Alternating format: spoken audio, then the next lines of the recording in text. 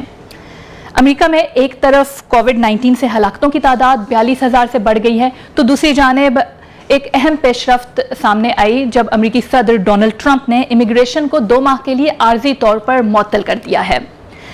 امریکہ کے دارالحکومت Washington D C میں ہمارے ساتھی ونیت کھرے موجود ہیں جو کہ ہمیں بتائیں گے کہ اس وقت امریکہ کی مجموعی صورتحال کیا ہے۔ امریکہ میں کرونا وائرس سے جو مرنے والوں کے نمبرز ہیں وہ 45,000 سے زیادہ ہو گئے ہیں۔ قریب 8,25,000 کے قریب لوگ ہیں وہ ابھی تک انفیکٹڈ رپورٹ ہوئے ہیں۔